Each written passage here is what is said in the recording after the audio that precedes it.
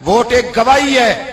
جب تو کسی کو ووٹ دیتا ہے تو کہتا ہے تیرے سیاہ سفید میں تیرے ساتھ ہوں. پھر کس طرح تو کہتا ہے کہ اس نے ظلم کیا میں موجود نہیں تھا؟ بڑا لوگوں نے برا بلا کہا نا, حکمرانوں نے ختم نبوت پہ یہ کر دیا, وہ تو میں کہتا ہوں وہ تو سارے ٹھیک ہے, غلط تھے تو ان کو ووٹ دینے والے انہوں نے کس مسجد میں آ کے توبہ کی؟ انہوں نے کہا آ کے اپنے نفل پڑھے اور کہا ہم سے غلطی ہو گئی ہم بھول گئے. وہ کدھر ہیں وہ لوگ جو ان کو سپورٹ کرتے ہیں؟ یہ خود آ جاتے ہیں. ہمیں نہیں پتا کہ جس کو ہم ووٹ دے رہے ہیں وہ ظالم ہے, ہمیں نہیں پتا جس کو ہم ووٹ دے رہے ہیں وہ جابر ہے, وہ فاسق ہے, وہ چور ہے, وہ ڈاکو ہے, وہ بے ایمان ہے, رسا گیر ہے, پھر بھی لائن میں لگ کے ووٹ دیتے ہو, پھر بھی برابر کے شریک ہوتے ہو. پتہ نہیں وہ کون ہے, ساری خبر ہے. کیا مانگا تھا یزید نے امام حسین سے؟ ووٹ. تو دے دیتے چپ کر کے امام حسین. مسجد نبی میں بھی تو جمعہ پڑھاتے تھے, مسجد نبی میں جمعہ پڑھاتے تھے, مدینہ شریف میں مصطفیٰ کے جانشین تھے. یزید کہتا تھا جو آپ کہیں گے مل جائے گا, پر امام حسین نے فرمایا یہ نہیں ہو سکتا کہ میں مسجد نبی میں نماز پڑھاتا رہوں اور میرے نانا کی امت پر کوئی ظالم مسلط رہے, یہ نہیں ہو سکتا.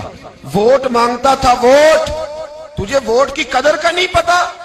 امام حسین نے 18 سال کے نوجوان سے لے کر 6 مہینے تک کا علی اصغر قربان کر دیا, پر ظالم کو ووٹ نہیں دیا. تیرا کیسے حوصلہ پڑتا ہے؟ پھر تو 10 محرم کی دیگ بھی پکاتا ہے.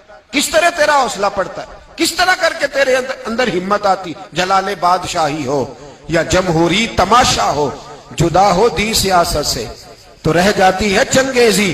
ظالموں کا مددگار بھی ظالم ہوتا ہے, ظالموں کا مددگار بھی. جو بڑے ظالم کے نیچے چھوٹی فوٹو بھی لگوائے, ووٹر اور سپورٹر بنے, وہ نہیں ظالم, وہ نہیں سخت. اور جو اللہ خیر کرے دفتر ہی کھول کے بیٹھ رہے اپنی بیٹھک کے آگے, جلیبیاں بھی کھلائے, میرے کہنے پہ ووٹ دینا, وہ نہیں ظالم. بچ گئے, باہر نکل گئے, نہیں جی نہیں ہم پاک صاحب ہیں, حکمران بڑے ظالم ہیں. نا تو بچ نہیں سکتا, تو برابر کا شریک ہے. مجھے ایک صاحب کہنے لگے ووٹ ڈالنے چلیں. الحمدللہ میں کبھی نہیں گیا.